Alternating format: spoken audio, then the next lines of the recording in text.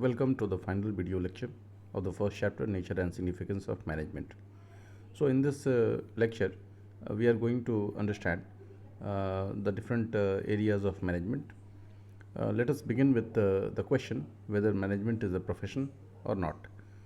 So, before coming to this question, we have to understand what is a profession. So, profession can be defined as an occupation backed by specialized knowledge and training, in which the entry is restricted. You can see these are the five features mentioned over here, which explain the meaning of profession.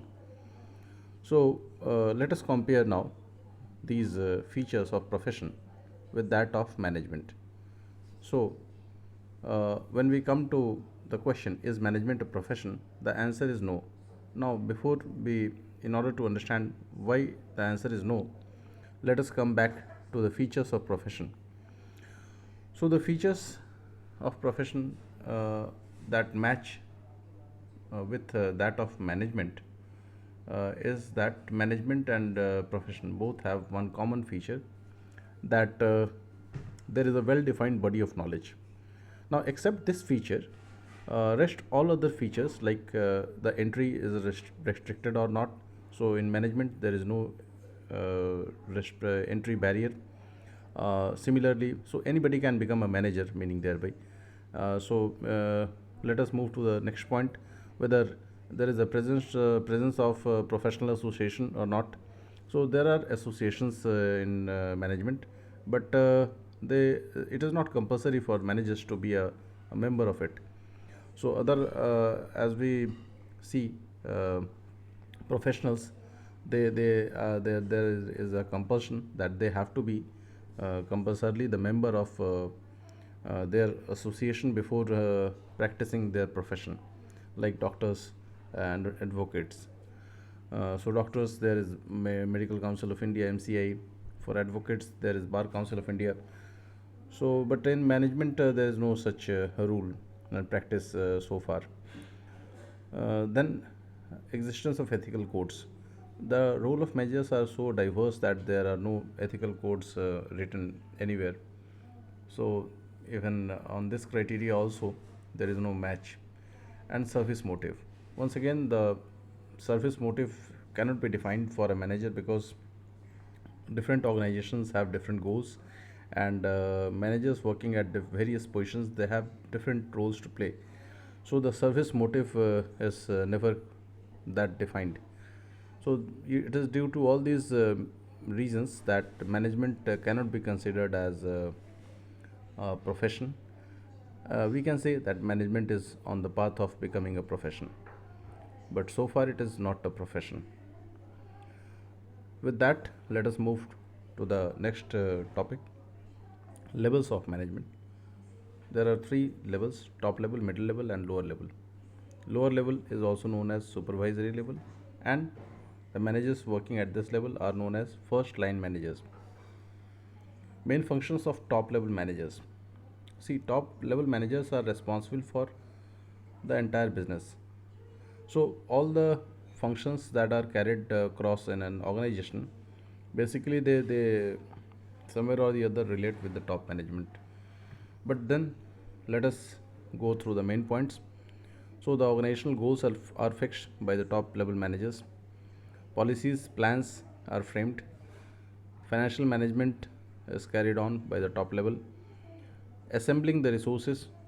So let us understand with the help of an example that a company which is into manufacturing and production of, say, biscuits. So this company has to ensure that from where will the machinery be uh, purchased and procured, which company will install it, from where will they arrange for the skilled manpower, then how many non-skilled workers will be required. So all the resources, basically how will the research and development be set up, what will be the products, the flavors. So all these things, all the resources will be arranged and should be arranged by the top level managers. Then there should be a survival plan and a welfare plan, and this will be taken care and planned by the top level manager. Licensing is a very important. It is very important for big organizations to have good relations with all the society stakeholders, so who directly or indirectly are connected with the organization.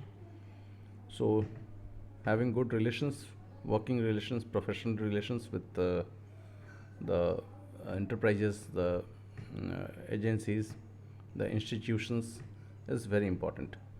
Integration of all the elements to achieve the organizational goals.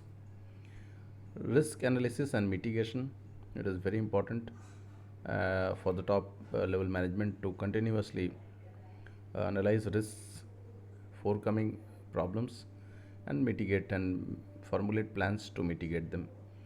And as I said in the beginning, that the top level is responsible for the entire business. So these were the main points. Now let us come to the middle level managers. Middle level managers, they work like bridges. They work like say linkages or pins between the top level and the lower level managers. So middle level managers, basically they actually communicate the policies that are made by the top level management. They explain the policies of the organization, they explain the goals of the organization, and this is how the organizational culture is developed. uh, so their role is to clarify, to communicate, to explain, and to again and again ensure that the lower level of managers they understand, and in turn they explain it to the workers in that organization.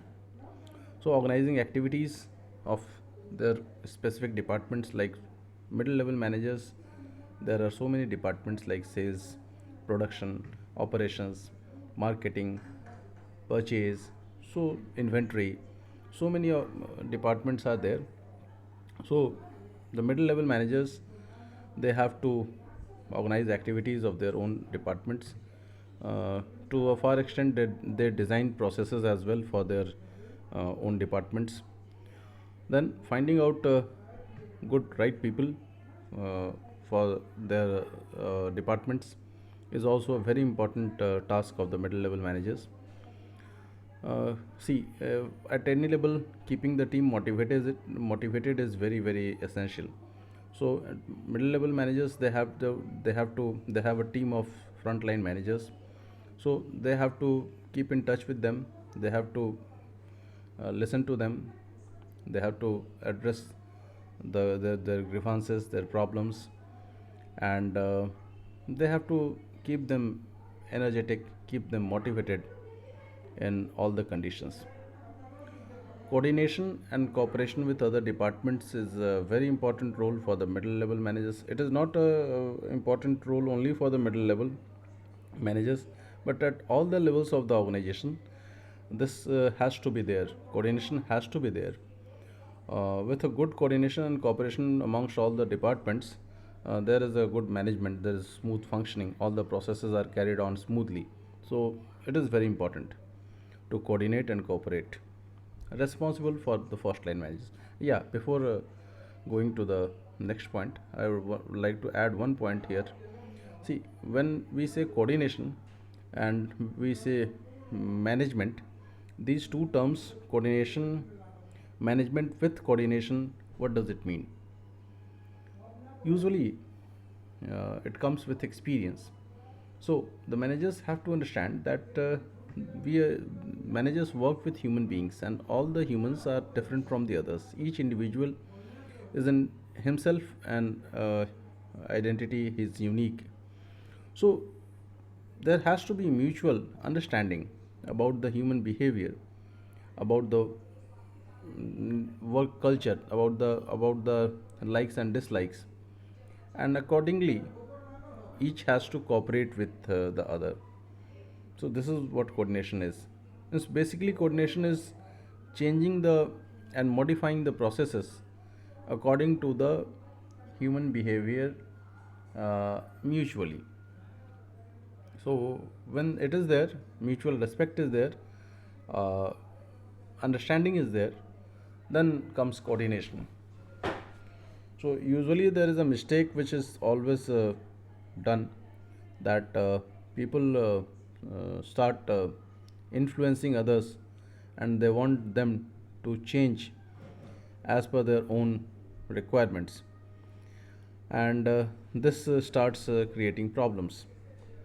So while when you write coordination and you want to understand coordination, it is all about changing yourself as per the nature of the others. This is how work can be done smoothly, and this is the true meaning of coordination. So responsible for the first line managers, middle level managers are responsible for the juniors. Lower level managers, see, these are those managers who usually have developed after say after having worked as a worker in the organization and having good experience of 5 to 7 years, and those who demonstrate leadership qualities, they are promoted as, usually it so happens that lower first line managers, they evolve from the workers themselves. So these managers, they take care of the workers who work in the companies, in the organizations, and they have a team for which they are responsible. So the quality and quantity of work output, they are responsible for this. Maintaining good working conditions, ensuring safety of the workers, ensuring quality control, ensuring efficiency. Efficiency here means that workers, when they are working, producing, uh, the raw materials should not be waste. There should be minimum wastages and maximum output. There should be precision. The quality control standards should be actually fulfilled, and there should be achieved to the highest possible percentages. So and it is very important in terms of production. So provide updates. So middle level managers also act as bridges between the workers and the middle level management.